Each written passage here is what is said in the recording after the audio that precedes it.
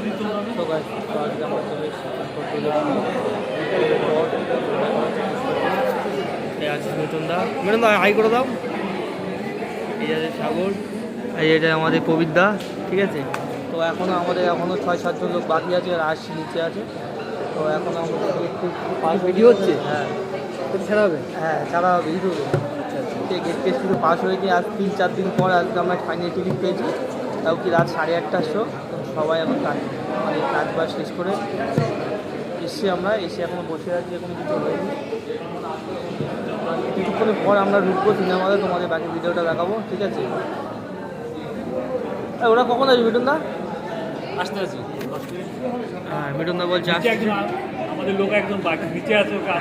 হ্যাঁ, বুঝতে পারছো তোমরা, এখন বাকি আছে কিছু লোক, ওরা এখন চিনতে পারছে না, উপরে আসবে। তারপর তোমাদের সাথে মিট করাবো, ঠিক আছে।